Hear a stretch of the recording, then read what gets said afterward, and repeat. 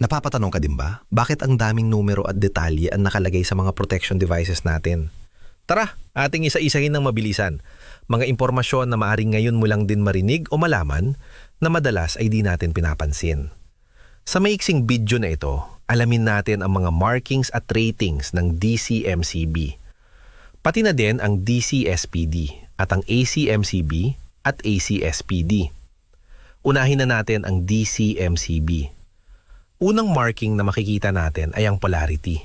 Hindi tayo dapat magkamali ng lagay ng wire dahil meron itong tamang polarity ang kanyang terminals. Sunod ay ang kadalasan tinitingnan natin. Ito ang trip rating. Sa sample na ito, ang nakalagay ay C25. Ang C ay tumutukoy sa C-trip curve.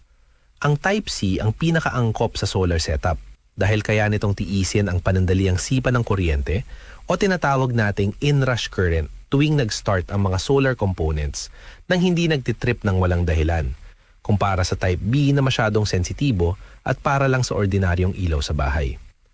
Sa kabilang banda, ang type D at K ay para naman sa mabibigat na makinarya sa industriya na may dambuhalang kuryente, habang ang type Z ang pinakasensitibo na ginagamit lang sa mga masiselang microchips at electronics. Ang 25 amperes naman ay ang pinakamataas na continuous current na kayang padaanin ng ating breaker na hindi ito nagtitrip.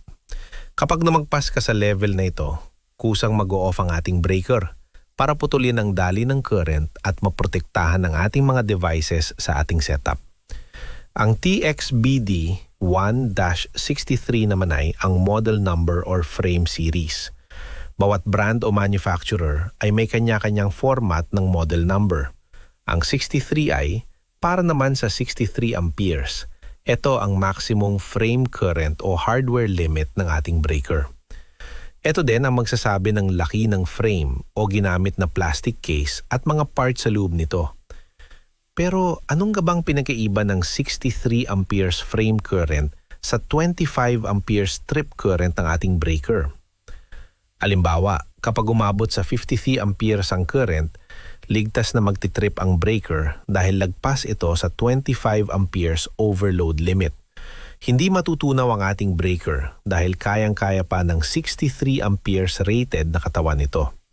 Subalit, kung biglang sumipa ang current sa 100 amperes, magtitrip pa rin ito dahil lagpas sa 25 amperes. Ngunit maaari nang matunaw o masira ang mismong breaker dahil lumampas na ito sa 63 amperes hardware limit na kaya nitong tagalan. Ang Taxnele ay ang brand o manufacturer ng breaker na ginamit natin sa sample na ito. Ito ay kilala bilang isa sa mga pinakamurang budget option para sa do-it-yourself setups. Ang Santry naman ang itinuturing na go-to mid-range standard na maraming local solar installers at subok na pagdating sa proteksyon ng mga solar panel strings at batteries. Ang color indicator naman na green o red ay ang magsasabi kung naka-off or on ba ang ating breaker. Safe or naka-off kapag ito ay kulay green at naka-on naman kung ito ay kulay red. Makikita rin sa katawan ng breaker ang schematic symbol na naglalarawan ng internal mechanism ito. Ang pahilig o slanted na linya ay para sa main contacts na bumubukas at sumasara.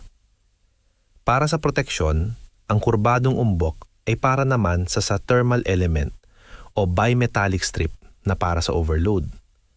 Habang ang parisukat na umbok naman ay para sa magnetic element o solenoid na mabilisang pumuputol sa kuryente kapag nagkaroon ng short circuit.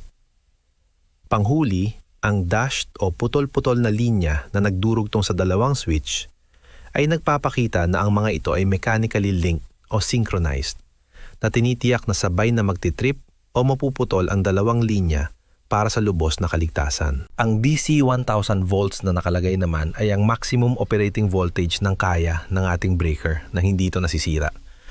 Ang 6 kiloamperes na mayroon nakalagay na ICU-AI para sa ultimate short circuit breaking capacity. Kung ang 25 amperes kanina ay para sa overload, at ang 63 amperes naman ay para sa frame current na continuous. Ang 6 kiloamperes naman ay para sa biglaan o surge current na kadalasan nangyayari kapag nagkaroon ng short circuit fault. Ito ang pinakamataas na level ng short circuit current na kaya nitong putulin ng ligtas nang hindi nasisira, natutunaw o sumasabog ang breaker habang pinoprotektahan ang ating solar setup. Madalas natin makita naman ang CE. Ang markang CE naman ay patunay na ang breaker ay sumunod sa mga mahigpit na pamantayan ng kaligtasan, kalusugan at proteksyon sa kalikasan ng European Union. Hindi lamang ito makikita sa mga breaker, kundi maging sa iba pang appliances tulad ng mga charger na nagbibigay kasiguruhan na ligtas gamitin ang device at hindi ito magiging sani ng sunog o pinsala. Ang IEC 60947 naman ay ang International Electrotechnical Commission Standard na nagpapatunay na ang breaker ay sumailalim sa pandaigdigang pagsusuri para sa mga low voltage switchgear at control gear. Ibig sabihin, garantisadong pumasa ang tibay at kaligtasan nito sa mga global engineering standards para sa pang-industriya at pang-solar na gamit. ANGGB 14048.2AY para sa national standard ng China, partikular para sa mga low voltage circuit breaker. Dahil gawa sa China ang mga mid-range at budget solar components tulad ng Taxnel, ang markang ito ang nagpapatunay na legal, sertipikado at sumusunod ang kanilang pabrika sa mga opisyal na batas at regulasyong pangkaligtasan ng kanilang bansa bago ito ilabas sa merkado. At ang pinakahuli ay ang toggle switch on and off marking para sa tamang direksyon posisyon ng breaker kung ito ay naka-on at off na pwede natin tingnan sakaling hindi gumagana ang color indicator. Kagaya sa digital circuit, ang 1 ay para sa on at ang 0 ay para sa off. Halos kaunti lang din ang pinagkaiba ng mga ito sa ating ACMCB naman. Dahil wala naman polarity ang ating ACMCB, mahalaga na maging consistent tayo sa ang side natin ilalagay ang ating line at neutral. Katulad din kanina, ang C40 ay para sa trip curve at maximum continuous current bago mag-trip ang ating breaker. Ganon din ang model number of frame series. Parehas na 63 amperes ang ating frame current sa ating sample. Parehas din Taxnel ang brand ng sample na gamit natin kagaya kanina sa ating DCMCB. Meron din itong on at off indicator at makikita din ang schematic symbol ng unit. Pansinin na walang nakalagay na positive at negative sign dahil wala nga itong polarity. Kailangan natin linawin na ang nakalagay na 400 volts AC rating dito ay ang tinatawag nating RMS or root mean square value. Hindi ito ang ating peak value. Tinatawag din itong AC effective o VAC level. Ang 6,000 amperes or 6 kiloamperes naman ay para din sa ultimate short circuit breaking capacity na tumutukoy sa pinakamataas na fault current na kaya nitong putulin ng ligtas nang hindi sumasabog ang breaker. Katulad ng naunang breaker, mayroon din itong markang CE na nagpapatunay na pumasa ito sa mga pamantayan ng kaligtasan ng European Union. Bukod dito, sertipikado rin ito sa ilalim ng NG International Standard 60898-1 at ng katumbas nitong national standard sa China na GBT 10963.1 na parehong partikular para sa mga circuit breaker na idinisenyo para sa panggawain sa bahay at mga katulad na installation. At ang pinakahuli ay ang marking pa din ng on at off. 1 para sa on at 0 para sa off. Ang pangatlo ay ang ating DC-SPD. Dahil DC, mayroon din marking ng polarity ang kanyang input terminals. Ang brand o manufacturer na ginamit din natin ay Taxnel. Katulad sa mga MCB, ang pinakakilalang mid-range brand na madalas gamitin ng mga nag-do-it-yourself setup ay Sun3. Makikita din ang model of frame series marking. Mapapansin na nakalagay ang PV. Ibig sabihin ay sadyang ginawa o dinesenyo para sa photovoltaic cell o para sa ating mga solar panel. Makikita din na nakalagay na ito ay Type 2 SPD. May iba't ibang type ng SPD. Depende sa rating at kung saang banda natin ito inilalagay. Ang Type 2 SPD ay idinisenyo para sa sub-distribution boards o sa tabi mismo ng iyong charge controller o inverter tulad ng DC combiner box at AC main panel, kung saan pinoprotektahan nito ang mga sensitibong electronic appliances laban sa mga induced voltage surges mula sa kidlat o pagbabago sa linya ng kuryente. Bukod dito, mayroon ding Type 1 na inilalagay sa mismong main service entrance para sa direktang tama ng kidlat, at Type 3 na para naman sa dulo ng linya o malapit sa mga saksakan para sa pinakapinong proteksyon. Ang 1000 volts DC naman ay ang maximum continuous operating voltage na kayang padaanin ng ating SPD na hindi ito masisira. Makikita din ang nakalagay na max current na 40 kiloamperes. Ito ang pinakamataas na discharge current na kayang ma-divert ng ating SPD papuntang ground nang hindi ito natutunaw o pumuputok.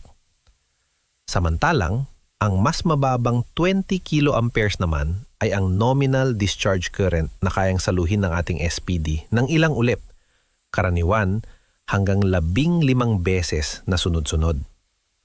Para hindi kayo malito, isipin ninyo na itong 40 kiloamperes o maximum discharge current ay ang one-time, big-time na kapasidad ng SPD. Ito ang pinakamalakas na hampas ng kidlat na kaya nitong saluhin ng isang beses lang para iligtas ang inyong system.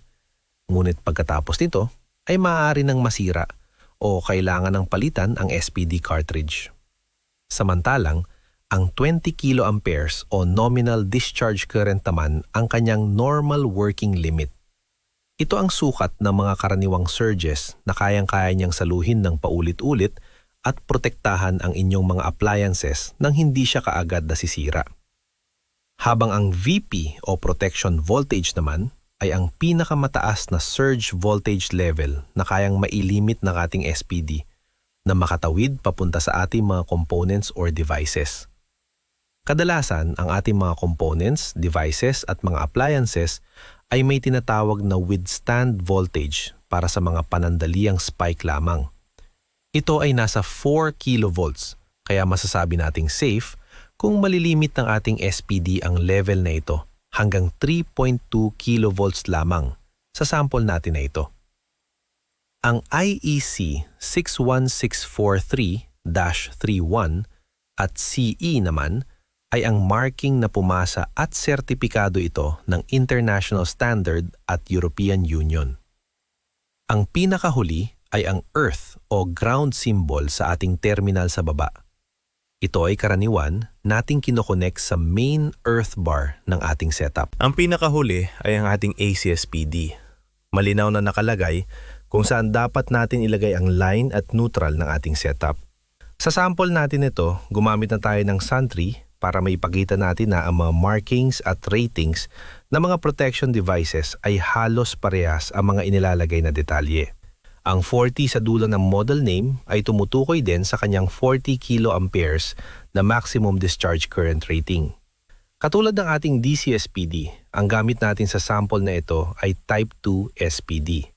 Meron itong maximum continuous operating AC voltage na 275 volts. Ito ay RMSO, root mean square value. Ang peak value nito ay nasa 388.9 volts. Ang nominal discharge current na kaya nitong saluhin ng pulit-ulit ng hindi agad nasisira o natutunaw ay 20 kiloamperes. Samantala, ang one-time big-time maximum discharge current naman ay nasa 40 kiloamperes. Ang protection voltage level naman nito ay kayang mag-limit hanggang 1.8 kilovolts. Makikita din na ito ay sertipikado at pumasa sa national standard ng China at sa international standard particular para sa mga ganitong protection device. Ang pinakahuli din ay ang ating earth o ground terminal na kailangan din i-connect sa ating main earth bar. Bilang pasasalamat sa suporta. Kung umabot ka sa part ng video na ito, may pakakataon kang manalo ng solar panels at batteries sa ating live raffle draw batch 2 na gaganapin kapag naabot natin ang 100,000 followers. Paano sumali? Sigurado rin naka-follow o subscribe sa page o channel at comment sa post na ito. Sagutin ang tanong, may dagdag na gastos ang mga protection device tulad ng breakers, SPD at iba pa. Totoong gagana naman ang system kahit wala ang mga ito. Ikaw, maglalagay ka pa rin ba? Oo, bakit? Hindi na. Bakit? Ibahagi ang iyong dahilan sa comment section. Maraming salamat sa inyong suporta. Para naman mag-compute ang tamang rating ng MCB, MCCB at SPD na gagamitin. Pati na din ang tamang size ng mga wiring. Alamin natin sa ating susunod na video.